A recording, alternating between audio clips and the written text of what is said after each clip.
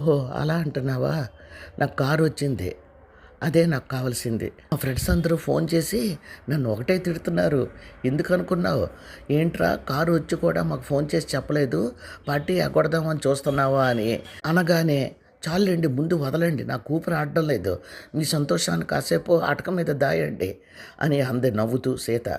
నేను కలలో కూడా లాటరీలో నాకు కారు వస్తుందని అనుకోలేదు. నేను సేవింగ్ చేసిన డబ్బుతోనే కారు కొనాలని అనుకుంటూ ఉండేవాడిని. అందమైన భార్య, ముత్యాలు లాంటి పిల్లలు, నేను కళ్ళ కన్నా కారు ఇచ్చాడు దేవుడు. Thank you very much Swami, thank you very much అని గట్టిగా నిద్దట్లో పలవరిస్తున్న భర్తనే కుదిపి లేపుతూ, ఏమిటండి అంత గట్టిగా పలవరిస్తున్నారు? పిల్లలు భయపడిపోతున్నారు, లేవండి అని కుదిపి లేపుతున్న సీతను చూసి కంగారుగా చుట్టూ చూశాడు. ఫ్రెండ్స్ ఫోన్ చేసి కారు వచ్చిందని చెప్పడం ఇదంతా కల, ఇప్పటి వరకు కల కన్నాడా? బాధగా తనలో అనుకున్నాడు. పాపం ఆనందరావు. ఆర్డర్ ఏమిటండి అంది కంగారుగా సీత.